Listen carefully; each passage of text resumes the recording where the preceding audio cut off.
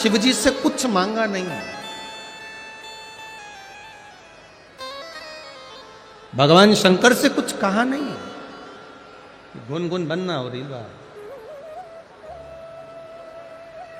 भगवान शिव से कुछ कहा नहीं है।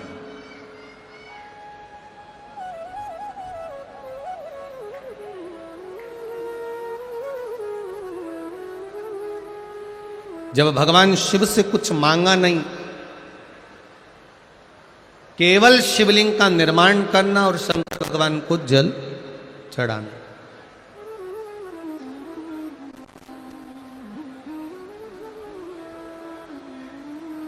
आप भी मेरे देवाधिदेव महादेव से कुछ मांगना नहीं, केवल मंदिर तक जाओ, बाबा देवाधिदेव महादेव को जल चढ़ाओ, प्रार्थना करो, विनय करो, निवेदन करो और वापिस आओ।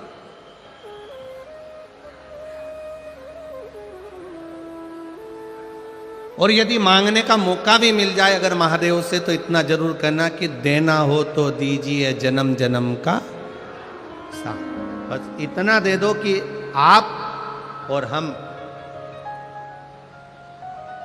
वो पहले कथा में कहा है, अंत समय प्रभु आना पड़ेगा, वचन दिया तो निभाना पड़ेगा।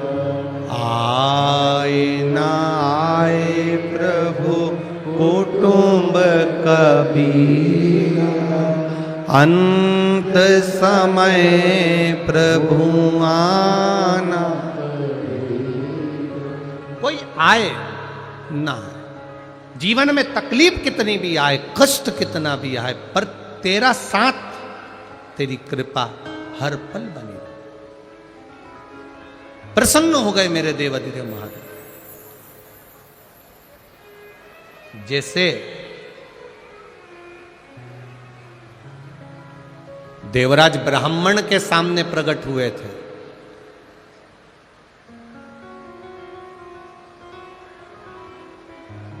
और वो देवराज ब्राह्मण जिसने ना कभी शंकर के मंदिर गया, ना कभी जल चढ़ाया, ना कभी भजन किया, ना कभी कीर्तन किया, ना कभी मंत्र जाप किया,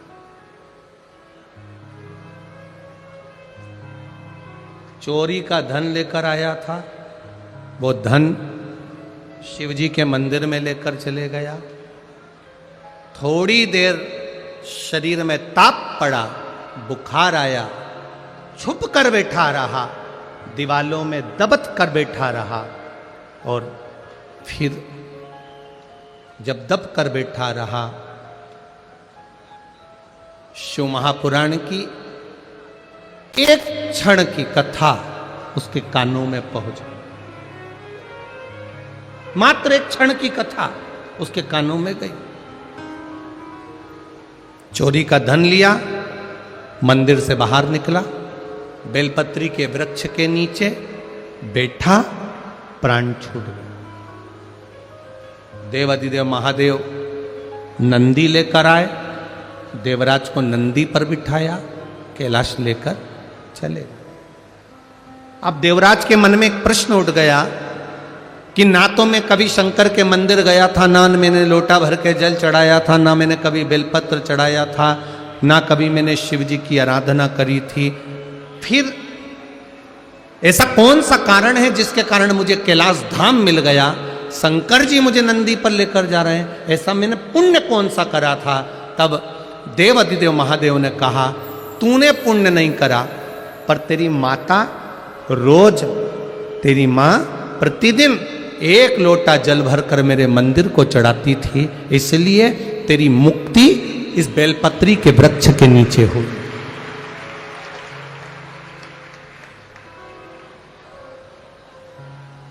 तेरी मुक्ति ये बेलपत्री के वृक्ष के नीचे हुई।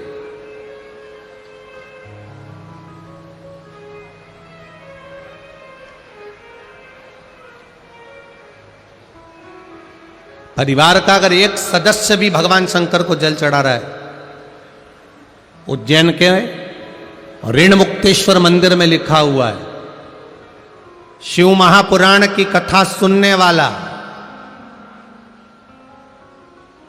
शंकर जी को 1 लोटा जल चढ़ाने वाला। दुनिया के लोग कहते हैं पुराण सुनो, शास्त्र सुनो तो 7 पीढ़ी तरती है, पर उज्जैन ऋण मुक्तेश्वर मंदिर कहता है शिव महापुराण की कथा सुनने वाला, शंकर जी को 1 लोटा जल चढ़ाने वाला, उसकी 7 पीढ़ी नहीं तरती, उसकी 71 पीढ़ी तर जाती है। ये शिव तत्व कहता है।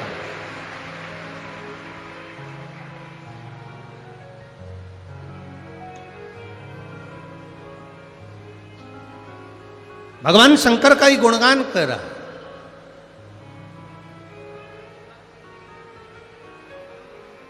शिव महापुराण की यह कथा कर रही है। देवराज प्राण त्यागा और उसको वैकुंठ पद मिल गया, कैलाश धाम मिल गया, और यहां गुरु द्रोणाचार्य जी ने जो तप साधना करी उसका बल इतना बढ़ता गया कि देवाधिदेव महादेव को प्रकट होना ही पड़ा, प्रकट होना ही पड़ा।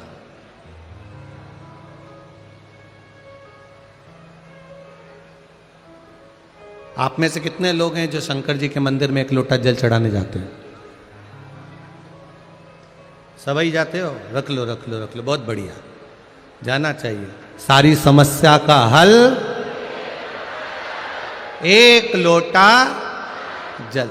शिव के द्वार जाइए, अपने दिल की बात कहने के लिए जाइए, ना कहो तो भी 1 लोटा जल जब हम देवाधिदेव महादेव को चढ़ाते हैं, अपने घर का जल लेकर जाते हैं, तो महादेव समझ जाते हैं कि इसकी दशा क्या है और इसको मुझे क्या प्रदान करना है, क्या कहने के लिए आया है, ये देवाधिदेव महादेव जान गए।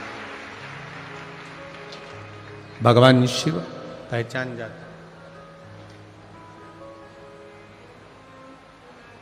प्रसन्न हो गए। गुरु द्रोणाचार्य प्रसन्न हो गए। आज मेरा महादेव प्रकट हुआ है, आज मेरा महादेव प्रगटा है।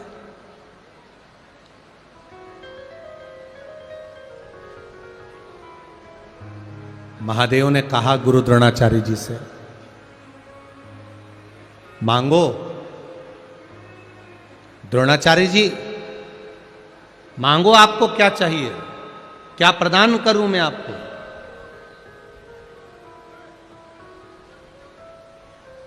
क्या दिया जाए आपको? गुरु द्रोणाचार्य जी ने कहा, धन दौलत संपदा नहीं चाहिए, बस आपके जैसा कोई पुत्र या आप मेरे घर में बेटे बनकर जन्म ले लो, इससे बढ़कर कोई सुख नहीं होगा। आप मेरे हो जाओ, मैं आपका हो जाऊं, इससे बढ़कर कोई आनंद नहीं, और कुछ भी नहीं चाहिए। महाराज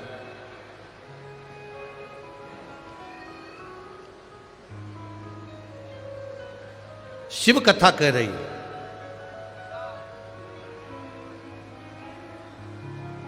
भगवान शंकर का गुणगान कर रहा है।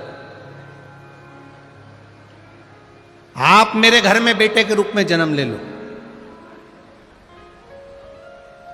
भगवान शिव जी ने कहा, यह नहीं हो सकता कि मैं आपके घर में जन्म लूं। हां, मेरा एक अंश, भगवान शिव कह रहे हैं गुरु द्रोणाचार्य से, तुम्हारी धर्म पत्नी कृपी, उस कृपी के गर्भ से मेरा एक अंश जन्म लेगा। जब वो गर्जना करेगा, उस गर्जना के कारण उसका नाम अश्वत्थामा कहलाएगा। वो अश्वत्थामा।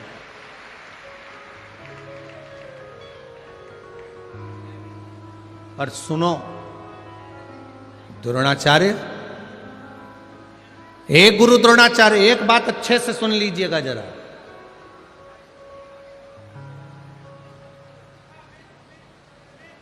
परीक्षा बहुत होगी तुम्हारी,